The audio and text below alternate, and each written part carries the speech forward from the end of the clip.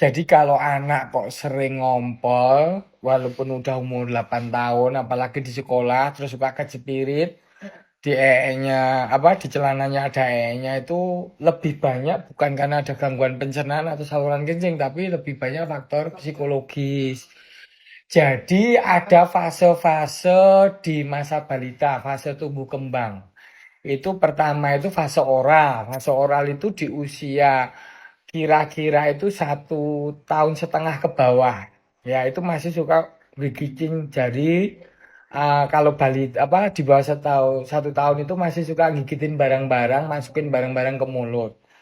Nah itu harusnya tuntas fase oral tersebut. Ya, kalau fase oralnya nggak tuntas, biasanya akan ada gangguan mudah cemas di kala dewasa. Terus ada juga fase namanya fase anal. Fase anal itu anak kalau suka susah suka ditahan-tahan, apalagi ada riwayat sering nya sakit karena beberapa hari nggak itu fase anal, fase duburnya itu nggak tuntas. Itu penyebabnya bisa disebabkan oleh mungkin dimanja, mungkin tidak pernah jarang diberikan apa teguran itu.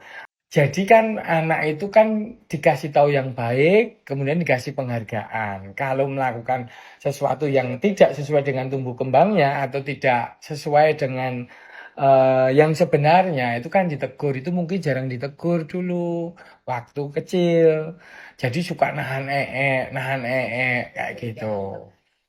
Ah, terus kemudian habis itu fase palik. Fase palik itu di mana anak kecil suka megangin burungnya kayak gitu.